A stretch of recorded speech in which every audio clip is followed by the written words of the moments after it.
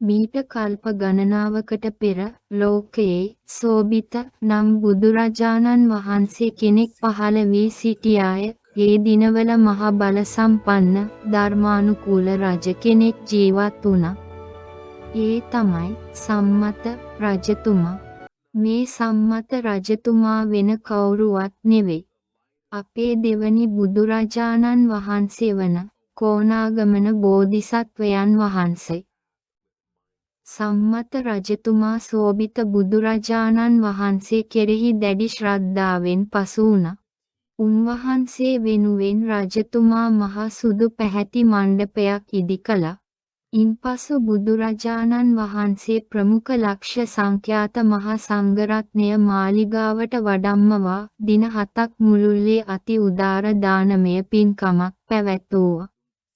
නගරයම සාදු නාදයෙන් ගිගුම් දුන්නා. මහා දානය නිම වූයේ නැත.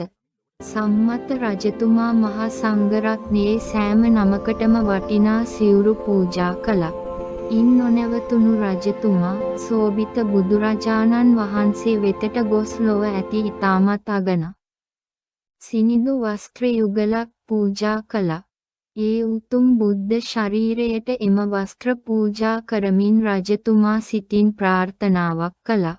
මදිනෙක මමත් මෙවන් බුදු කෙනෙක් වෙම්වා. රජතුමාගේ මහ පරිත්‍යාගය දුටු සෝබිත බුදුරජාණන් වහන්සේ අනාගතය දෙස දිවැස් හෙළුවා. උන්වහන්සේ මුවින් සිනහවක් පහළ කරමින් මුළු සක්වලටම ඇසෙනසේ මෙසේ වදාළා. පින්වත් මහණෙනි, බලන්න.